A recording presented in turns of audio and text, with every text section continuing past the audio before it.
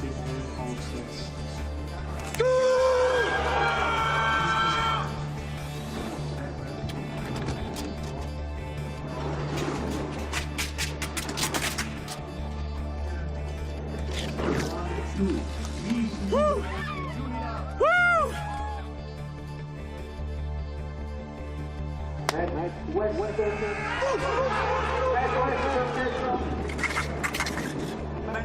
Western bei der Zwischenzeit Hochschuss.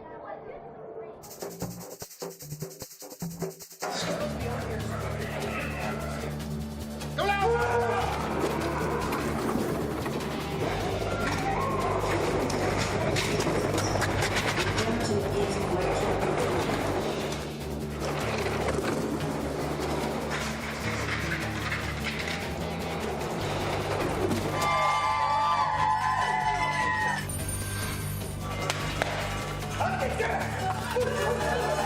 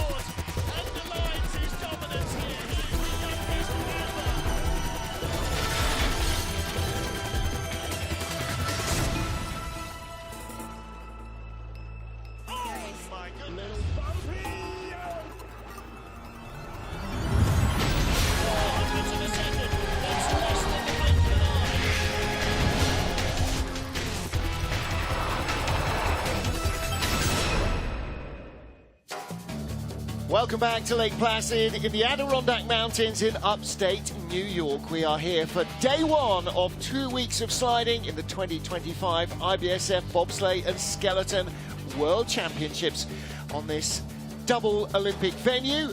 This is the current iteration of the Lake Placid track, the fourth different track they've had here. Started as a natural track, 1.5 miles long, then that was reduced to 1 mile. They built an artificial track the 1980 Winter Games, and then built a new track that opened in 2000 with the Goodwill Games, and that's where we race today. In our first heat, we've got, well, about half of our 29 sliders tied with at least one other athlete. It's insanely close. We have a dead heat for second place, for instance. Germany's Axel Jungk has had a couple of World Championship medals in his career. Could he add another one here? Well, we've got 3 more heats to find out. He's 44 hundredths off the lead. Dead heat with Great Britain's Marcus Wyatt. Wyatt a winner in the last couple of seasons in World Cup racing and second place in the overall World Cup standings this year. So he's tied to the 100 with Axel Jungk. They're both in the silver medal position, but a step and maybe a step and a half ahead of them. Despite what looked like maybe a bit of an untidy first heat, Great Britain's Matt Weston, our World Cup champion this season, and also the 2023 World Champion in men's skeleton in St. Moritz. Well, he wasn't quite sure what to make of that Sarah Roderick after the first heat, but it turns out it wasn't that bad after all. Definitely, yeah. With the weather changing here too, I think Matt had that first sled off the hill, which was really beneficial. All of those kind of first 10 sleds there. So I know Matt came into this with kind of a mindset of unfinished business. So I also know that as an experienced slider, especially at the senior level here, he is eyes forward, ready to rumble. So 100%. He's going to go out and take it, and he's going to have to, because there's a lot of other potential candidates. 29 sleds started and successfully completed the first heat. In the second heat, the top 25 go in reverse order, which means that the track will probably be slower and softer for the top runners in heat 1 than for everybody else behind them. So air temperature hovering around 3 degrees, it's dropping a little. Ice temperature -2. There's Sammy Maier, one of a number of athletes who we figure is quite a long way out of where we expected to see him. Felix Kiesinger outside the top 10. Well, again, not a German track. I sort of anticipated that a little bit. But there are a few who we might have had, you know, a buck or two on, maybe, yeah. Who the weight of our money on their back seems to be slowing them down. So it's going to be interesting. And I think the weather's going to change a lot between today, which is sort of very mild and still quite damp, to tomorrow. It should be colder, it should be crisper, the ice should change, it should be faster. So, as always in sport, it's who deals with the conditions best, who doesn't let it get to their head, who can be relaxed and yet still focused. So here we go. Israel's Jared Firestone gets our second heat underway here in Lake Placid. 25th place after the first heat. Top 25 will go through after heat 3 tomorrow to the final run. So he does not want to slip back. Start 5:03. It was a 5:07 in the first heat, and he, well, there's not a sprint on the track like there might normally be, because there's only been 10 minutes between the heats. So he came out late in the first heat, goes early in the second. Not much time to kind of get your head into gear, but it's what it is. Absolutely, yeah. And a lot of these athletes, especially these first few in the second heat here, I really hope that they go in with the mentality of they have the best ice that they're going to have for this whole run, and so they need to take advantage of it before this ice starts to slow down. So Jared's kind of having a little bit more of a wild ride. Usually if the ice kind of feels soft, athletes will bump their rock up a little bit, so the bow at the bottom of their sled on those runners. And it looks like maybe he might have done that kind of iffy in a few places, but letting the sled run, trying to build that speed. Very much a self-funded program. 56.33 across the line. There's his coach, Jack Thomas. 55.94 in the first heat. Now, some of the differences between Heat 1 and Heat 2 are going to be vagaries of the athletes, maybe not getting exactly the same run they had in the first heat, you never do, and also vagaries in the track. And on one run, it's hard to tell whether he made more mistakes or the track's getting slower. So we're going to find out as we go through our field. Absolutely. Big cross out of curve 14. Again, we're looking to have that kind of nice shot parallel right through the chicane there. So as you see that shot come through, helpful to see if you can see their shoulders headed straight at you. So Jared representing Israel and former Israeli skeleton slider AJ Edelman. Adam is going to be sliding bobsled for Israel as well. Now for Spain, we have a Spanish female bobsled athlete as well, so things are coming along in the Spanish program nicely. This is Adrian Rodriguez. He's got two teammates who slide in women's skeleton and a teammate in the monobob, which will be coming up this weekend as well. Spanish program has gone from being the man at the back and the Mirambel, who's lived for 12 years solo, to his first run was a 4.99 getaway. Just a little slower than his first heat.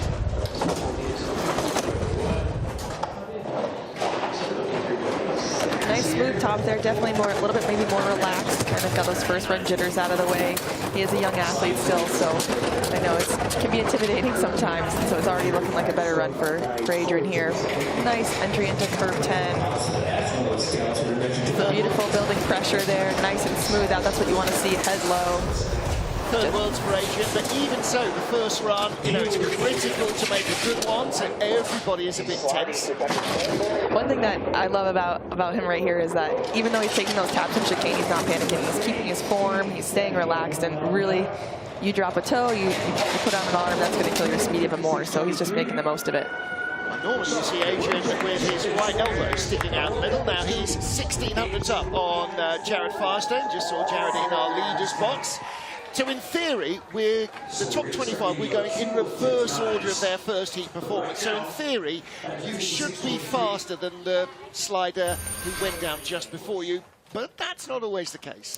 It's true, yeah. Sometimes you have little tweaks here and there, maybe a little tap, maybe some uncertainty, a little less arrow. That can always come down. I mean, we have a lot of close kind of pairings here, so it's going to be interesting to see how the shuffle kind of plays out. There's some, I mean, there's dead heats, but there's some really insane groups of athletes. Now, he was 600, to beg your pardon, ahead of Jared Firestone, so he's added a 10th to that advantage.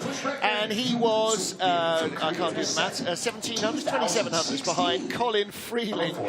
Freeling's a little bit on his own because the next couple of sliders to come down are a whole 700s faster than him. 700s.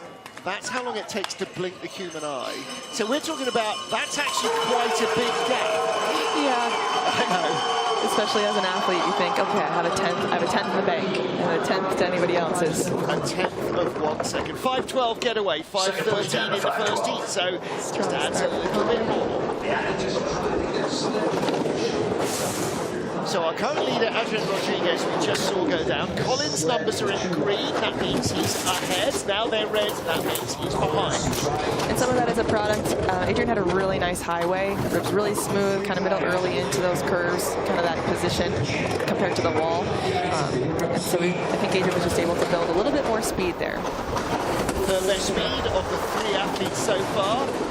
Red numbers means he's in second place at the moment. A nice looking labyrinth coming through chicane. And how close is he going to be? Nearly 2 tenths back. This could drop him to third at the line. And 600, so he pulled it right back. Yeah, nice bottom half of the track there for Colin. Yeah. So he was out to 1900s back, brought it back to just 600s behind Adrian Rodriguez. So 56.46 compared to 55.71, so about 7/10 of a second slower. I think that is quite probably going to be mostly track conditions. 56.46 was the finish time. You can hear Carl in the background. He was recruited out from Park City. He's the track announcer out there, and absolutely incredible animator there. And also he does the stadium announcing for the Olympics. So yeah, been doing that. I'm going to say since Salt Lake 2002. I think he probably has done every game since then. The voice of God. That was really cool. Yaroslav Lavrenyuk. Now, you saw there 2400s ahead of Colin Freeling. Ahead of our current leader, Adrian Rodriguez, not Colin Freeling. But Yaroslav, 17 years old, in a dead heat with Denmark's Rasmus Johansson. So the first thing you want to do is stay ahead of Rodriguez. The second is to break the dead tie and get ahead of the day. And he knows that Rasmus is a really talented athlete that's coming next, so he's going to try to put down his best run here to hold his position. Well, his first start was a 5:03, his second start a 4:99, so 400ths of a second, and Skeleton Mass said you should be 2.5 times that faster at the bottom, so that's kind of adding, nearly a 1/10 of a second to his advantage. Yeah, looking like a pretty good run so far here. A little early into 12. Of course, Skeleton Mass doesn't allow for the slider actually messing it up on the way down, but he's gone from 2400s in front to just a 1/10 up. He's not as quick as Adrian Rodriguez in this run at the moment. Kind of see that sled just under him, just kind of shaking left to right. But living on his first heat advantage, 56.36. Not sure that's going to see him hold off Rasmus Johansson. But Johansson, the Dane, is really the first athlete we get to who's a long way out of where we might have anticipated him finishing. Definitely. Rasmus is really talented. I think that he's probably pretty hungry for this next run, ready to kind of prove to himself that he belongs a little higher than he produced in the first heat. So. Well, the good news for Yaroslav Lavrenyuk is that he did not drop back, so he still has an advantage over the sleds behind him, more than a 1/10 of a second. Family are out here. Here is Rasmus. Yeah, head in hands, and in fact his first run was so bad his head nearly missed his hands. There's a joke for you, you can use at your leisure. No advantage whatsoever from the first heat over Yaroslav Lavrenyuk. Stop laughing. But yeah, he will just have been beating himself senseless over that. But it happens. And here's the hardest thing about all sport, is to forget what happened, no matter how good or bad it was, and just move on. And it's really hard to do that, especially when you have such a short turnaround here for these athletes with this kind of delay. 5-second mark. That's so important. 500 slower than his first hit, which is a 4:89, but still in the green. Looks a little unsettled on his sled, kind of poking up his head a little bit, kind of washy with his feet in the back there, kind of left and right swaying. So just relax into that sled. Once you're on that line in the highway, let it carry you, let it build. Not the most experienced slider on this track, and you'll see that when athletes have their head up, the shoulders follow as well, and it just air gets trapped under the shoulders, so a bigger front there, and it all slows you down. I think when you're riding a bike, when you're going downhill fast, you tuck yourself down and it speeds you up. That's exactly the same. Exactly, yep. The front of 18 is getting quite a few sliders. Notice kind of chipping just that front pit there and kind of sending them a little bit late. So 3/10 up. That's a good second run. 56.06. All right, now allowing for track conditions, 56.06 would have left him. Okay. The track is definitely slowing down, that's for sure. It's going to be really interesting to see this play out as we get into the top sliders here. And actually, again, I'm saying he's not the most experienced on this track. He's probably got a handful of runs here. When you get to the top sliders who've got much more experience, how much better or worse they handle the conditions and how they sort of flatten out that drop in performance. But he has at least broken his tie with Lavrenyuk, 3/10 up on the Ukrainian. So the claw back up the order starts here. It's balancing that want to kind of climb, but also as it gets softer, the less you do, the faster you're going to go. So that's better. He's got more of a smile on his face. Well, great to see so many fans here. Lots and lots of spectating facilities. Rasmus Johansson leads as we get to Vincent Buff of Switzerland. Not in a dead heat. He's 100th behind the dead heat that's coming up next. Might as well be, right? Yeah, exactly. If you're within a 10, it's effectively a dead heat, but within 100, yeah. But in the early days here, they timed everything to a fifth of a second. So 2/10 was the minimum now. That's how fast they trigger a thumb on the stopwatch, as it were. Right. So drops back, just a few hundreds behind, starting 5:13, about a tenth of a second slower than Rasmus Johansson. Vincent built speed late, though. He's not known for his start, and that's okay. He's still young, but he drives really, really well. So you see now there's green numbers here. Just really calm, beautiful. Just let it run. Now top speed. Yeah, Rasmus was fastest all the way down. Vincent is now faster all the way down. It's a lead 12 hundredths up. So Rasmus's time in the leader box was short-lived, but with such a tight group. So Vincent's and the next two sleds covered by 1/100th of a second.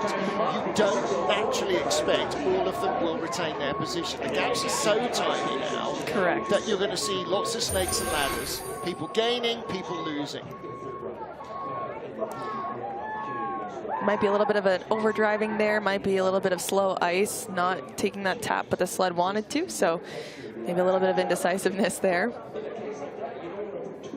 There's a lead of 2100ths over Rasmus Johansson. Was a little bit better. He was 1100ths ahead, so he's effectively doubled that.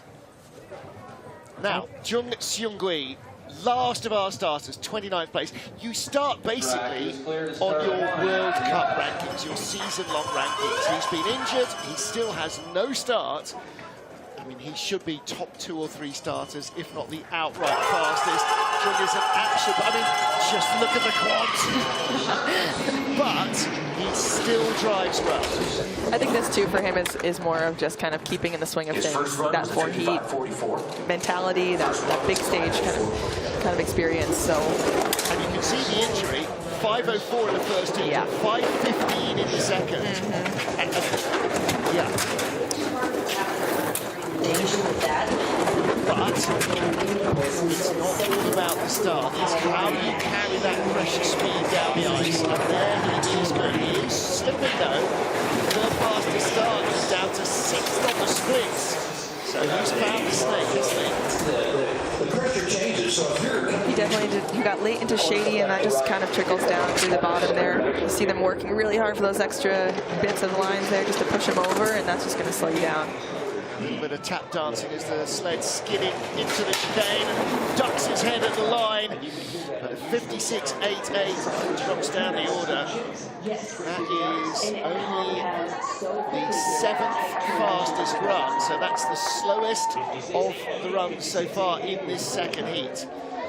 So we were rather anticipating maybe seeing him claw his way a little bit up the order. In fact, he's dropped right back down towards the danger zone.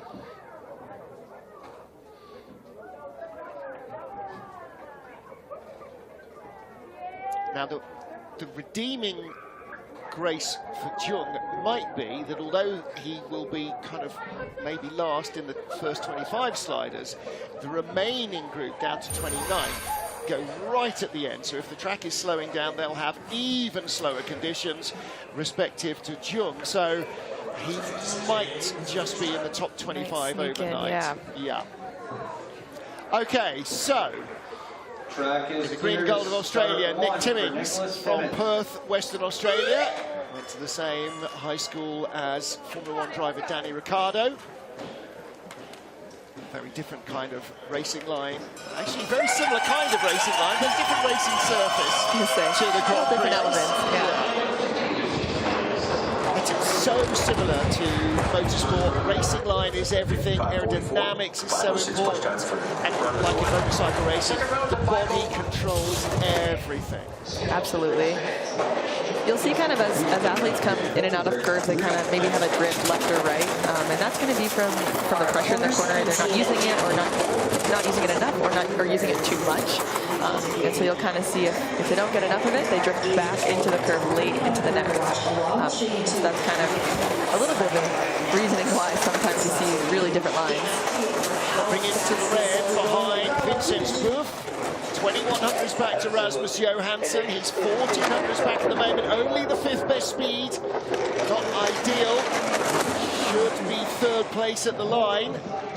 Is he going to be ahead of Jaroslav Lavrenjuk? Yes, he is. 3500s he's dropped those, so that's less than ideal for Nick Timmings. He was tied to the 100th with Jung of Korea. Jung now down to 8th place. I think, I'm afraid, at the end of day one, Yungi is going to be 25th at best. So you see sled gets sideways there, you see his toe come out to try and just slow down that side and drag the sled straight. A lot of it's like canoeing, really, isn't it? You know, sure, you drop the rudder there and it drags the sled round. And it's a little bit of a delay too. Like, we only have a spine, is what we call it, on the back of our runner, only on half of it. And so when you're inputting, you know, pressure into the sled, your reaction to it might be a little sooner than you think. Yeah, you've got to be ahead of the sled. Exactly. Otherwise, yeah. If you're not guiding it, you're only It's guiding on. you. Exactly right. Now then, for Italy, Amedeo Gaspari from Cortina d'Ampezzo. Now, Cortina's going to be home to the sliding sports, bobsleigh, skeleton, luge, also to women's alpine. So his younger sister also skis for the Italian team. So, yeah, I was talking to him, are you going to go to the athlete village? No, my apartment. Yeah, he's going to sleep in his own bed in the games. I told him he could make some serious money on Airbnb there if he... That's exactly what I told him as well there. No, he just wants a good games. And we are, and those of us who have been to Cortina before are desperately hoping that the track comes to life. You can see the track even starting, the glossiness of it, kind of more damp. It's kind of starting to melt quite a bit, so... And the refrigeration in the concrete that keeps the ice solid, it will be absolutely on full melt. And on a damp day, that's like the icebox in your freezer. When you open the door, it starts to get frosty, and that is sticky ice, and it slows the sleds down. You can see it's a real matte surface now, not a high gloss. Second best speed here for Mattia coming into the last couple curves. 200s up, this is going to be very close with Vincent Buff. Dead heat. So didn't gain, didn't lose, but for Vincent, he's climbing up. He's moved up a couple of spots. Exactly, and that's, you know, when we have those tiny little margins. If only he was a bit less serious all the time, Mattia. I'm sure all the kids want a high five from this guy. Absolutely. He doesn't leave anyone hanging. Philly Schneider, the coach in the background, has been so successful with host nations over the years.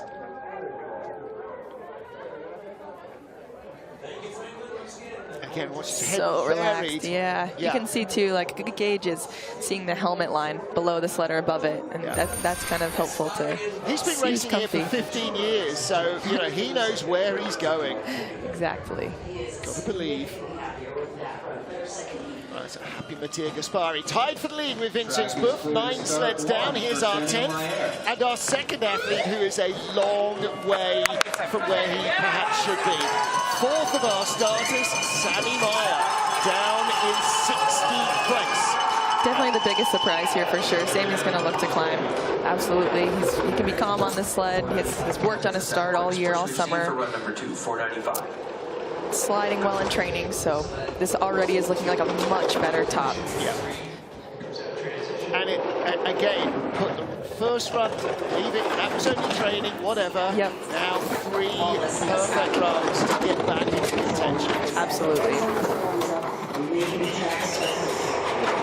A little late going into shady, but he's still building that advantage. A little tap on that left wall. Oh, there's some height out of 12. That's what we're talking about. Yeah. When you're that late and if you're too friendly with it, it'll bite you. Half a second up, dropped to 10th best speed, so he will be barely in front of the line. If that, yeah. Oh. Dropping again. Sammy. It's not Double Sammy's tap. world. That's a tough, he had a really strong run going there. Yeah. Well, there you go. Your first day in the booth. Curse the commentator right off the bat. It took till the second heat. I'm sorry, that's fair. Sam. No, that's fair. Yeah, I mean, and he was, like all sliders from Innsbruck, really holding his form. As you said, his start is so strong at the moment. You know, both he and Janine Flock really starting to peak as they head towards the Olympic season again. Yeah, but, which at the end of the day, this is kind of the penultimate step, right? Yeah. So get this all out now while you can. Yeah, just a huge hit before 13. And there's that scorpion where the leg comes way over the, I mean, how does it snap your spine? I have no idea. That's where they spend as much time getting flexible as they do getting fast. Mattia Gaspari and Vincent Buff are leaders after our first 10 sleds. Heading into the top 15 athletes in the second heat of 4 in the IBSF Men's Skeleton World Championships in Lake Placid. Martin Haven and US slider Sarah Roderick watching the action with you. It's not another dead heat because Laurence Bostock of Great Britain is 100th behind the next 2 sliders that come up. So 3 of them cover by 100th. 487 get away. That's a decent start. He was in the top 10 starts in the first heat. Not getting around 2 enough, so it kind of gets pulled back to that right-hand side. Big skid going into 4. A little early into 5, so that late height there, kind of crossing him over, just not lacing the highway together as well as he probably is hoping. Not hugely experienced here in Lake Placid. This is his first ever World Championships as well, so day 1 brings a lot of noise in the head, I'm sure. Definitely. When you have a start advantage like that, or any advantage, and you're going into 10 and you don't get that highway, kind of like Larry did here, you see it instantly out of 10. You just drop to that speed. So 10th best speed coming out of 14. Well, he's not doing badly. He was up to 6/10 ahead of our current leaders, now down to only 800s and 900s back across the line. The heart is, to quote John Morgan, the graveyard of time. You can go in looking like you're going to be in front and come out way in back. So Larry's day 1 ends up with him slipping a couple of spots because, of course, our leaders are tied. Vincent Buff really climbing the ranks here. There you go.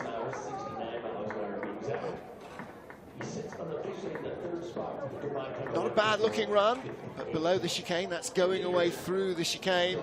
The speed started to drop away. Really big cross coming out of 14. Again, you want to be parallel coming out of there. So you see that hit coming, you got to take it, absorb it. The legendary Martin Stukurs with the sled. Martin Stukurs, Matthias Guggenberger building sleds and coaching the British athletes. All right, friends and family in the house for Dan Barefoot. Now Dan in 14th place after the first of our 4 heats. Dan had a really good first run, hoping to build on that here. 14th place anywhere this year in the World Cup would have been pretty much his best season result. Now it is home ice. You've got to take it when you got it. Absolutely. A little bit better start for him, velocity-wise, coming into curve 2. Great separation there. Nice entry into 4. Beautiful. Takes the hit, comes off square. He knew what was happening. Yep. Absolutely take advantage of this. Yeah. If he keeps this tidy, he might end up top 10. This is a great, that is amazing. Probably the best exit attempt so far. You saw him snap out of there. Only the 6th best speed though, so he's not building the advantage. Still remains over 6/10. Now down to under half a second. He made adjustments between the 2 heats that aren't quite working the way he wanted. Across the line, 1100s up. So finally, Vincent Buff's, I was going to say his move up the order stops. That's Vincent's on the right, Mattia Gaspari on the left. Doesn't necessarily stop. There's no guarantee that the athletes who are coming up next aren't going to have a bit of a nightmare and drop back. Dan Barefoot holds his position. He will be no worse than 14th after day 1. That's the first run that I kind of start to question the ice here and the condition, because that was a really good looking run from Dan. He knows this track so well. He's the calmest here out of anywhere, and yeah, it looked like his advantage might have been more. So yeah, ice definitely is playing a factor here. From Germany, stand by at the start. You know, when you touch your hand on the ice box and it sticks, that's what's happening with the runners. That's literally exactly the same effect that the frost has on the track. It just makes it draggy when the runner's trying to run smooth. So, We talked about the tightness in the field. Dan Barefoot was 300ths behind Felix Kiesinger. Kiesi in 13th place. Again, if the track is slowing down, then the remaining athletes are going to have to outperform their first heat to try to stay where they were. 483 getaway. Yeah, Kiesi definitely has a start advantage over Dan, but he's going to have a really good run to keep up. I think Dan has an opportunity to climb here a little bit. So he outstarted him by 600ths, which means the total lead was 900ths as he lay on the sled. That's a really nice entry into 4, 5, 6 here, lacing it together. You can see the difference in some athletes that just kind of flow through it versus plopping down. And that's experience, that's habit, that's years of repetition. Gaps come down to 600ths. Late entry into 10 earlier on in that big Lake Placid side. Gonna drop his speed a bit here. Squeezes through the chicane, slightly better speed. Dan Barefoot was only 10th quickest. Kiesi is 8th fastest. The gap's growing out to 1200ths. So aiming for a top 10 at the end of the day, 56.03. Still a good start to the competition for Dan Barefoot. And one of the things when it's home track, when conditions change, you're more likely to experience that than when it's not your home track. You'll have found that more pre-season, post-season. That's when you get the biggest variations anyway. So absolutely. The U.S. team, we've been here for about 3 weeks sliding, so we've seen a lot of different variations in weather and been able to kind of bank some information. Yeah. Not a bad run from Felix Kiesinger. Yeah, good run from Kiesi. Kind of held that advantage there. Nice looking chicane. Finished in the top 10 of the worlds outside of Germany. So let's see if he can get rid of that particular stat. Maybe tomorrow. You got it, Kiesi. Yeah. From Schönau am Königssee in Bavaria. Now, Lin Chenway of China, fastest starter in the field, joint fastest starter in the field. I think we had 2 at 4:74.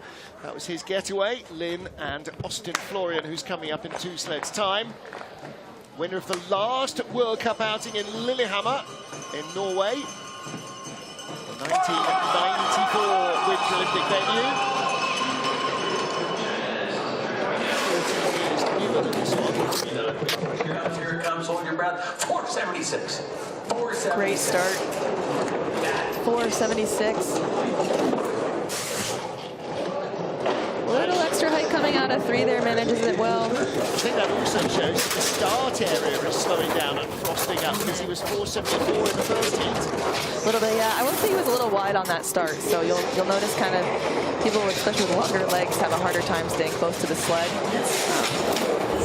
And it maybe cost him 100th or 2. Such a great find for the Chinese team. He's had such a strong rookie season. First year ever on the World Cup. Because of their limited time in Europe. They only get 90 days in Europe. Not particularly familiar with any of the tracks, but pulled out a win in Lillehammer and across the line. 55.82. That's a really good second heat. Wonder what changes, if any, Dirk had them do in between heats there to try to give him the best setup for this second run. Yeah, got from 3/10 ahead of Felix Kiesinger at the start to 4,400, so that's an advantage. 12th in the first heat, start draw number 10, as you can see. The top 10 in the world got to choose their start numbers. You can always tell who's more of a rookie. They're always so happy, no matter what, you know, giving high fives. Yeah, next season, when everything's not new and he's already had 1 win, then the frustration of not winning the next time starts to set in. You're right. First Worlds for Lin Chenway. Alexander Schlintner, a little bit more experience, the Austrian, in his 3rd World Championships. He's 6 years old, finished in 20th place last year in the Worlds at Winterberg, and he's knocking on the door of the top 10. How far out? 1/10 out, but only 2/10 faster than Lin. So this is going to be a good litmus test of his performance versus Lin's, because they're effectively tied. Definitely. I know Schlintner's been working through an injury a little bit, so I'm really happy to see him out here pushing strong, sliding really well. And like you said, that consistency piece is key over 4 heats. So started 1,600 slower than Lin Chenway, our current leader. So Alex is going to have to use his mass and his rigid aerodynamic discipline that's bred into an Innsbruck. Literally into 9, which causes a late into 10, really high over that Lake Placid sign. But he's halved the deficit from 1300s to 600s back, fourth best speed.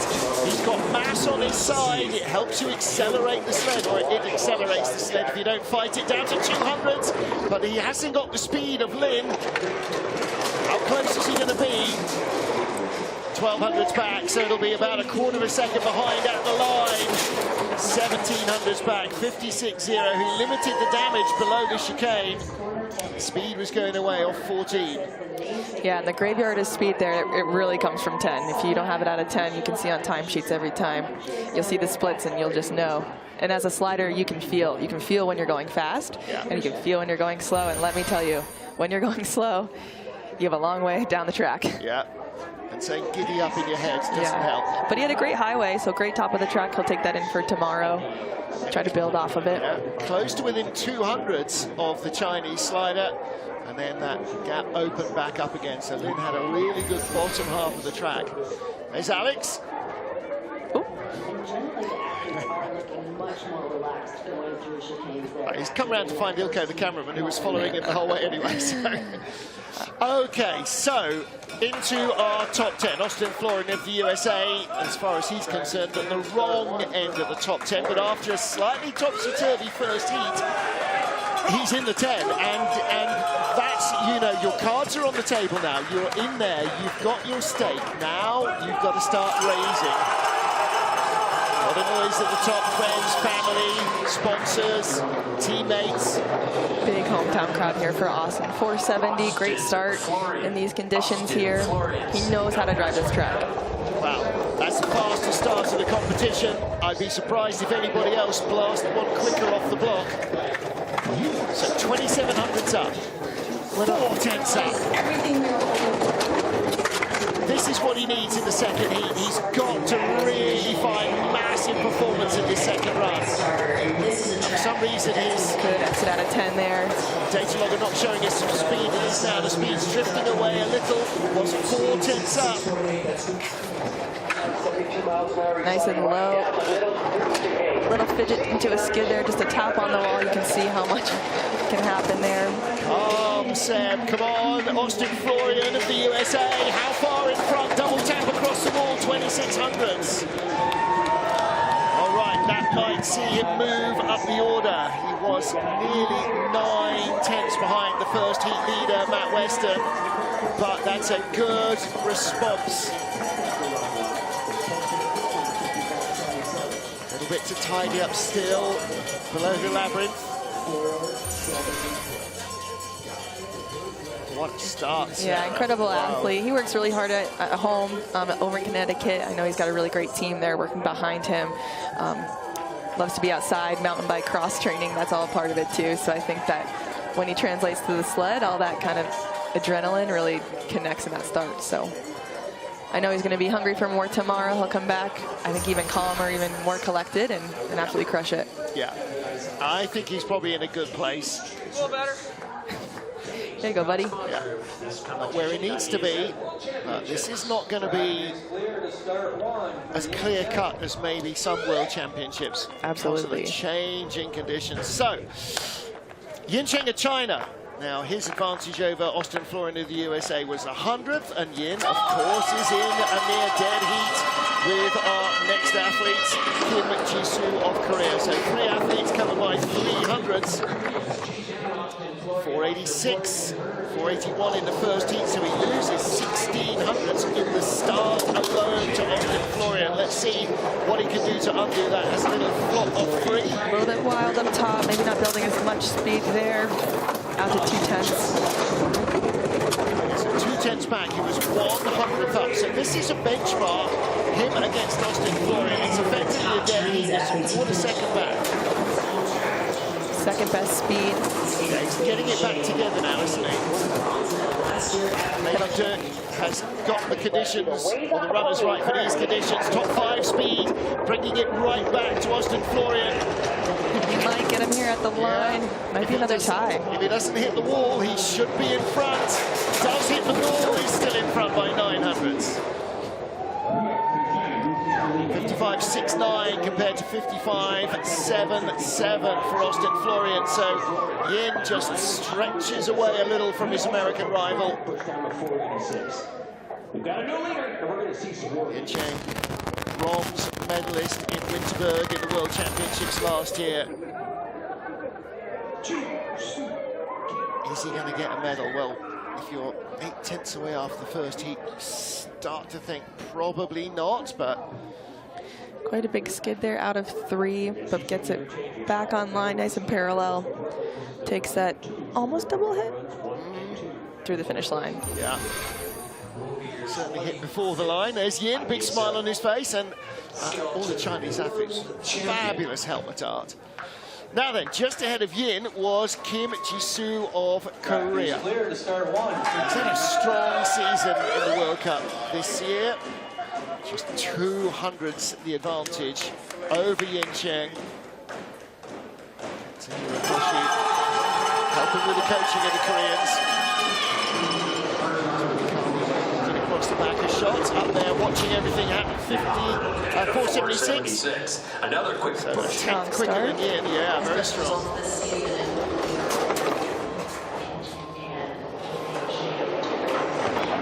Looks like some athletes are having a bit of a hard time coming out of 3. It's kind of, again, that fine line of what's too much driving, what's not enough. And a lot of them are kind of missing that left-hand wall, which is not the worst. But with slow ice like this, it's more that they're overdriving. Late into 10, way above those letters. You're just going to come out, drift left, have to work it really hard. Whoa, 18th best speed. He is the slowest sled in this second heat, bar none. You can see he's really working for those lines, driving quite hard. And maybe for you at home, you can see kind of their heels pop up a little bit. That's when they're driving. Yeah. That's when they're digging the knee in to get the knives. Knives, tiny little grooves you can barely see or feel with maybe the depth of a fingernail.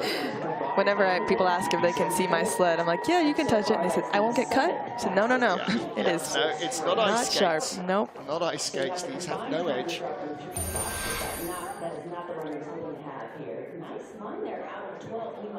Yeah, that was tap before. A tough run for Kim. Helmet right on the ice there. That's not going to feel great. Yeah, rattles the teeth, loosens the fillings. So Kim Jisoo slips a couple of spots down to 3rd place. Yin Zheng of China leads with a tie coming up now. Oh, a tie. You don't say. Well, yeah. But the next pair of sleds with a 10th advantage over, more than that, over our current leader. First up, Amedeo Bagnis. Now he goes first because he tied the time set by Vladislav Heraskevich, who was earlier in the order. And the person who set the time initially goes after anyone who ties it. He has a bit of a start advantage over Vlad, so hopefully, let's see, 200's faster than his first push. Yep.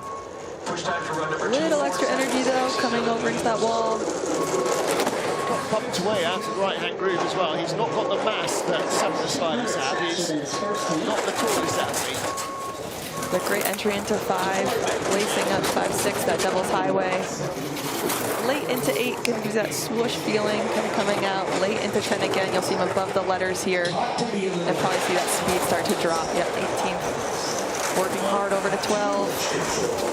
2200s over Yin Zheng, down to 1800s. It's in the red already. I was going to say it'll be barely single digits. It's not even. That maybe helped him a little bit. Not drop too much. Big hit before 18. And you're going uphill now. Not the second run that he was looking for, I'm sure. In the words of Timon, or was it Pumba? Man, that was ugly. From 2200s up to 5100s back, he lost nearly 3/4 of a second. And you know, everyone's going, stop it so hard on him. I'm nothing like as hard on him as he's going to be on himself. He will be absolutely frustrated with that. Absolutely. And then to go into day 2 with this run is not really what you're wanting. So that's actually the best looking part of the run. It's he true. Shot the chicane. It's Everything true. else that could Saved go a little wrong bit there. went wrong. Yeah. And then you just see when you get that big height in chicane, into 17, that front part, you get 2 waves, and you really don't want that. You want to try to make it one big wave. Yeah. Still smiles though, that's good. He's always got a smile on his face, but yeah.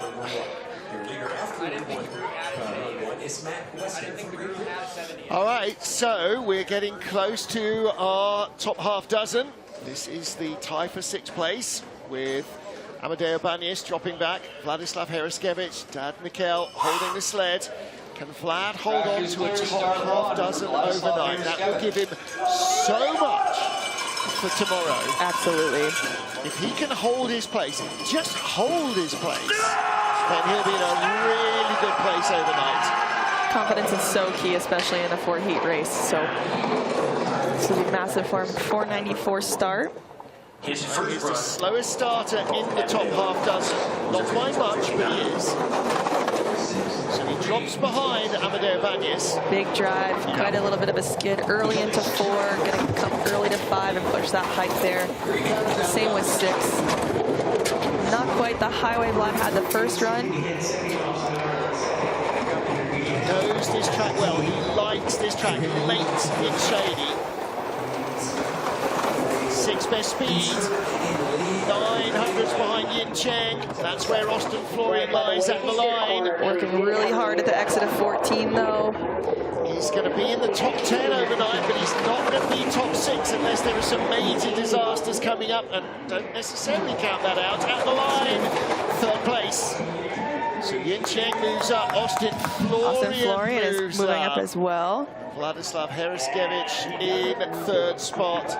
So he will, with 5 to go, he'll be no worse than 8th place overnight. His best World Champs result.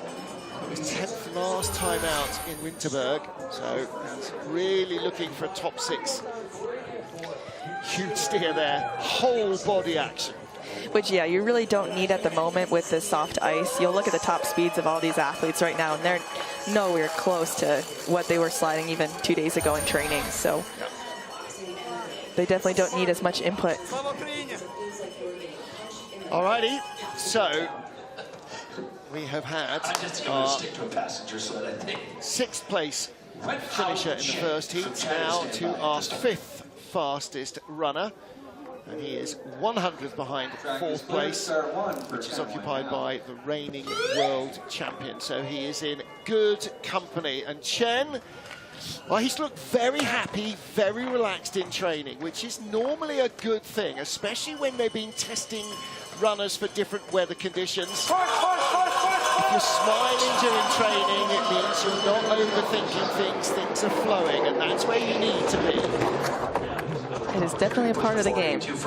That is for sure. Big steer out of curve 1, trying to just keep that sled moving forward.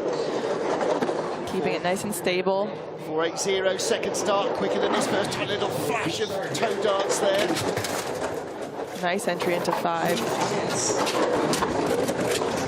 This is not about Yin Zheng, our current leader, his teammate. I mean, it is, because he's one of the best of the Chinese. But it's about trying to claw his way towards the top 3 overnight. Eyes forward, yeah. 18th best speed, though. That's going to be tough to come back with. You're going to see a bit of a drop here. 3 tenths up. He'll barely be ahead of Yin at the line. If at all. I don't think he's got the speed to stay in front. I think 3rd or 4th slowest speed so far this heat, so... Only 900s first to 2nd. At the line, he's 2nd, 400s behind Yin. Well, China moving up. It's the same old story. If you can't beat your teammate, you will never win. Yin is the top of the 3 Chinese sliders. Chen yet to win a World Cup gold medal or a championship gold medal. Only 400s though between the two, so they have definite. And then Florian with 900. So tomorrow is really going to be quite an exciting race tomorrow for this top group. And very different ice conditions being expected. Now, whether it happens or not, because weather forecasting is only best guess, we'll wait and see. And again, you can be a hero today and a 0 tomorrow, or vice versa, if you get the right kit. Again, think about auto racing. If you're on dry tires when you should be on wets, you look like an idiot, and the other way around. So, Well, a 10th covering 4 sleds at the top, then a bit of a yawning chasm behind, and the fastest 4 to go with the 3-time and reigning world champion Christopher Grote here. All 3 of his world championships won in Germany, but he was the Olympic champion in China, so he's not a one-trick pony by any stretch. Big hit before curve 1 though, and that's going to really crush some velocity that he has, but if anybody can drive, it's... Yeah, I'm not quite sure what they teach them in Germany or how they teach them, but even the ones that start quick are normally better at the end of the run than they are at the beginning. Absolutely, they are incredible drivers. And we'll definitely see in the women's race, the German athletes habitually do not start quickly. A lot of medals. Best speed coming out of 10, that's incredible for that top there. So absolutely flying. The FES sleds that the German use, unique to them, second best speed. He's building an advantage, coming back to where he was over Yin. 2800s up, this should be 35 at the line. It is 55.61. That's a great shout. Alex Auer there helping with the coaching. Formula World Cup and World Championship slider for Austria. That's a great shout. That was a really, really solid run heading into day 2 for Christopher. I think that he's going to be really happy with that. I think he just got dealt an ace. I think if he can do that 2 more times on faster ice, yep. Look out, Matt. He's going to be dangerous for the medals. But still, the gap from the joint second runners who are coming next to the leader is a big one. But Grote here, you know, for years he had 1 race win and it seemed like he'd never get another, and then, oh boy, the floodgates broke and he can't stop winning.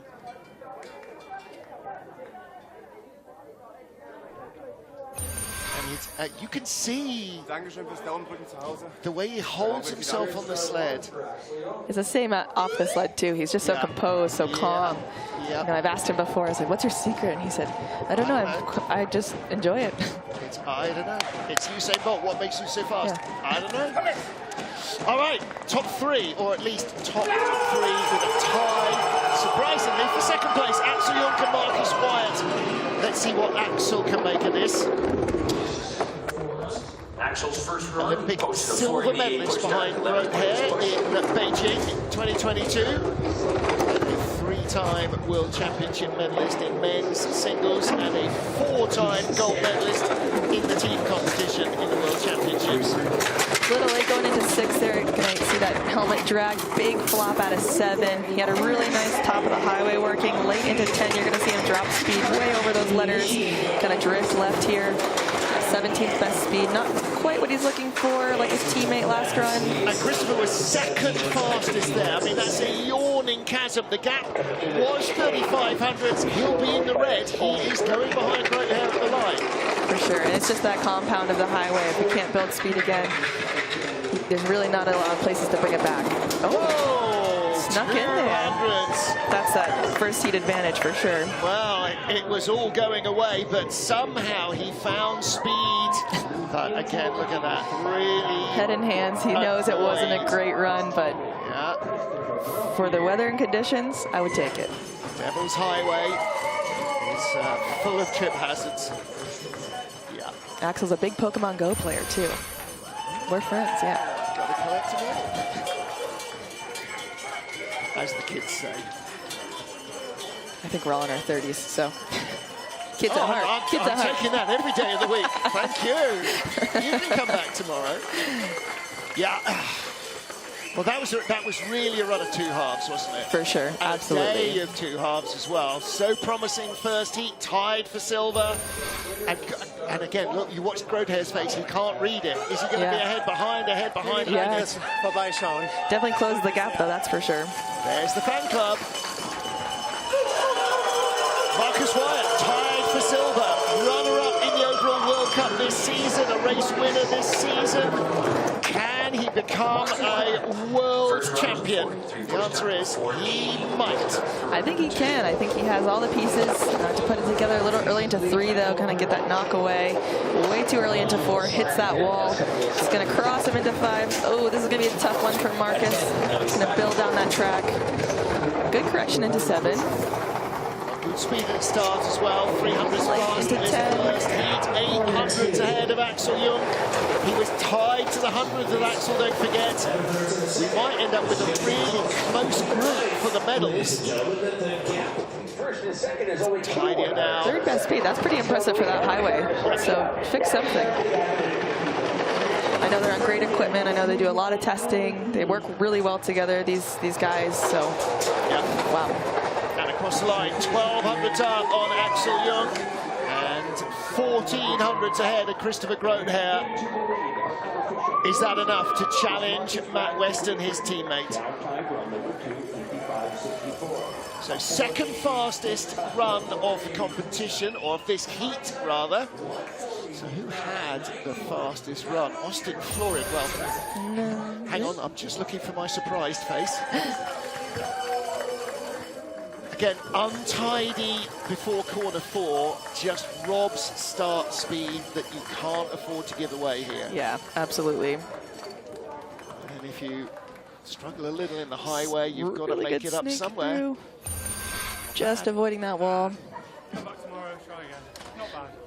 I mean, you're in second, so yeah, that's pretty good. Yeah, but it's that wretched Matt Weston. There's his dad in the blue jacket with the grey hair, watching down at the bottom. His mum and dad fans. Here. Oh yeah, they've been to every race and they're definitely not missing this one. So it will be, come on Matty boy at the bottom. Matt Weston, our first heat leader, the 2023 World Champion, looking to extend his overnight advantage. 473, another nice start for Matt. Really strong start. Really calm and composed. Let's see what he can build here. Nice and quiet in the early corners. Square tap. Beautiful. Doesn't have to be brilliant, just have to not be a disaster. How about, so far, so good. Good ball. If you don't see the legs sticking out, if you don't see the toes dragging, fine little steer. Second best speed. This is the run he needed. Having a few little errors at the bottom of the track here, but he should hold. Holy moly. 8/10 out. Good chicane. Third best speed. I think of the top group, only Groothair was quicker. And at the line, clean run across the line. Matt says, see you later. 9/10 up. Holy raising canes. That is fast. I think only, yeah, Groothair was faster. Well, he might deserve some chicken dippers tonight. Wow. That was a big statement from Matt Weston. This is dad, his mum, the whole family, and lots of high fives. Going the full hulky down there. Just composed. He can there's a few places he can clean up too still, so he's ready for tomorrow, I'm sure. He knows it. Terrifying for the opposition. Yeah, that's a big hill to climb. Yep. Yes! He's so funny when he finally lets the tension come out, isn't he? Yeah, Matt Weston leads from Marcus Wyatt and Axel Jungk, with Christopher Groothair in the mix for the medals. Yin Zheng, How, Austin Florian, what are they going to produce on? I mean, what's everybody going to produce on day 2? Single biggest question mark I think we've had in any race this season, apart from maybe the season opener in Pyeongchang. Now, we've had our fast 25 down. Remaining 4 sliders, all trying to move up into that top 25 overnight. Livio Sommermatter, a 22-year-old from Switzerland. What can he produce? I'm hoping that these athletes just saw Matt Weston's run, or at least heard his time, and said, all right, there's still ice left here to race. So trying to climb back into that top 25 spot. Maybe they need Matt Weston's sled and his brain to get up to the top as well. Well, maybe. Much better run, though, so far from Livio here. Much calmer on the sled, a little bit more composed. Toes still kind of tapping everywhere. Still a lot of noise. A lot of noise. Just scratching noise. All late height. It's down nicely out of 10. Big skid out of 12. The magic number is on the right. He wants it to be 25 or lower if possible. It's not the gap to the leader that matters. It's the gap to his 25th that matters. As he comes across the line, that gap has grown a little. So, let me scroll down the timing. He is My timing is frozen again, of course. So 24th was Jared Firestone. And 25th spot was that? It was Jung, wasn't it? Jung's Yungui. Done. Yeah, so he is 1.17 seconds back from Jung Seung-gui. So that top 25 looks pretty much welded in place. Part of that noise you hear too from some of these sliders, every sled is truly different on the inside, how specific athletes like things set up, whether it's more dampening, less, different bar setups, pins, all sorts of things that we can change in there. So sometimes that's part of the noise too. Yeah, it's not just a flat T-tray. That's the aerodynamic cover. The interior is like a Meccano set gone mad. Now then, Akwasi Frimpong, 27th after the first heat. The 38-year-old representing Ghana, told me his last World Championships outing. So he made his debut back in Koenigsegg 2017. His best result in Winterberg last time out, 28th place. To improve on that. Okay, 491 get away, 498 in the first heat, so adding that extra. Started as a sprinter for the Netherlands. The family left Ghana. Competed in 200, 400 Tight out of 5 there, starting kind of hitting that wall before 7, just knocking him off the line. Had a really good top rolling though, so good looking 10. He was a bobsled brakeman as well. You might not be surprised to hear looking at his physique. He is a powerhouse, that is for sure. He is 100% dedication. Big shoulders up off the sled. So he's not going to catch Livio Sumamata. Have at least one more run in Lake Placid tomorrow. The third heat will decide the top 25 who go through. Again, his final target will be to try and qualify for Milano Cortina 26, next year's Winter Olympic Games. He represented Ghana in Pyeongchang 2018.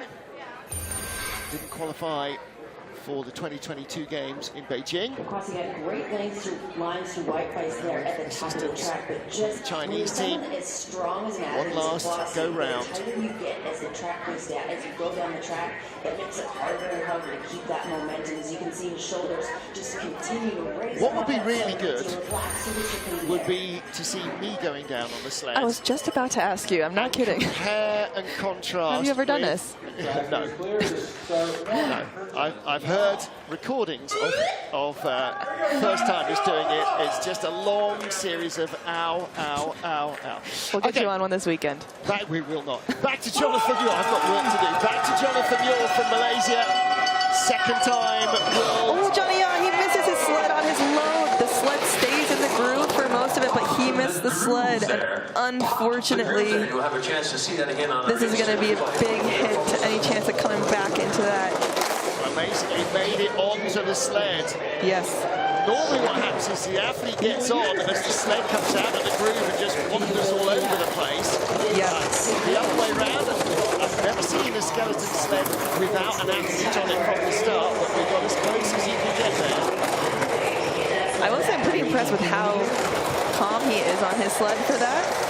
His whole top really wasn't too bad. Big skid though going into 13. And this is the thing, your brain can't be screaming at you about the stupidity of what just happened because you're going to be doing 75 miles an hour, head first, unprotected. Exactly. You've got to focus on the job in hand, which is getting down the track. I'm sure he's pretty bummed right now, but I think he did a good job at least getting back on and staying calm. Johnny, you are incredible. 58.63. But, you know, guys like him and Akwasi, particularly in the small nations, just represent what everybody else is doing, bleeding for their sport, literally as well as metaphorically. But here's the crossover with the hands. So he misses his saddle completely, both hands actually. How did he get back on? What's the most impressive? It's in the groove the whole time, I think. How did he get back on? Wow. I think it's the first time I've never seen a smile on his face. Poor guy. That is upper body strength. I don't know how he ever got back onto that sled. Impressive. Yeah. All right, and our final slider heads up for Timon Drahanovsky from the Czech Republic. Third world champs for him. Made his debut in Samaritz in 2023. And he and cousin Anna Fernstedt will be competing in the team's race on Saturday night as well. I know they're looking forward to that team race. Anna's really great at this track, and I think that they could put a couple runs together there. It's so much fun to see the race as well. You know, you have that, relieves that individual pressure that you feel and you just have fun with your teammates. I love the team race. I love competing in it. For some reason, I'm feeling way better at that than individual racing sometimes. Well, it's that team thing, isn't it? It's a whole different dynamic. Skill coming into Shady 2. Hit out of 10 there. Really trying to crank that sled over to 12. You can see it sideways all the time. His legs are always visible. The sled is just skidding around underneath him. It's so hard. Once it starts yawing behind you, it's so hard to stop it doing it. And it's funny too, in your helmet you can hear when you're skidding, and it's almost worse than feeling it sometimes. I've never done this, but I've done Cresta, and it's the same thing. Once it starts oscillating, just trying to get it to come straight again. So you're telling me you've done Cresta, but you haven't done Skeleton? Yeah.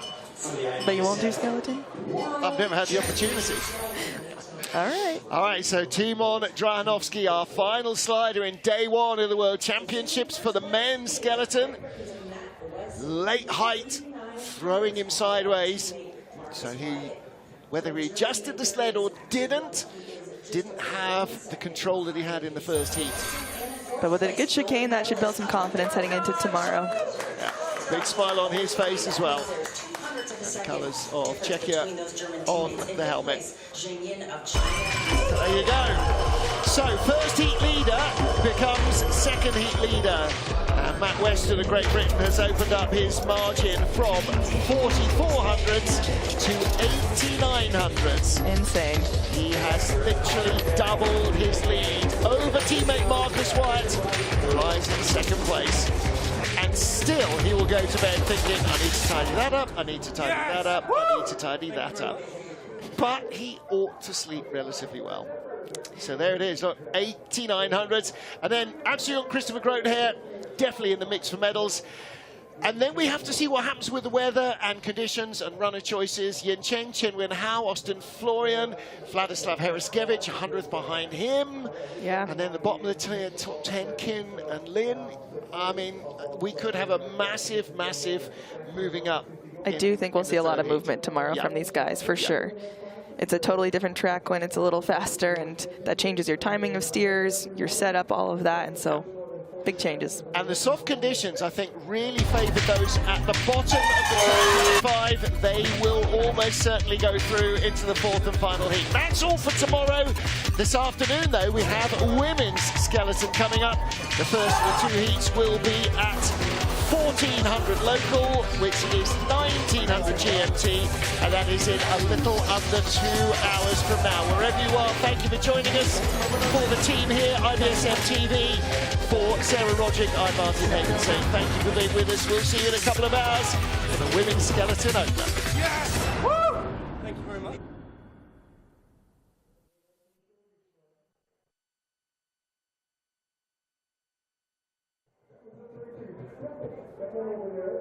And that was the most famous sled was for the Tyler sled. That won Olympic bronze medal in 56 and the World Championships in 59. But the technological innovation that this guy Art Tyler brought to the sport, I don't think there's ever been an advancement in technology like that Tyler sled. 1 2 1 2 1 2 1 2. Just mic.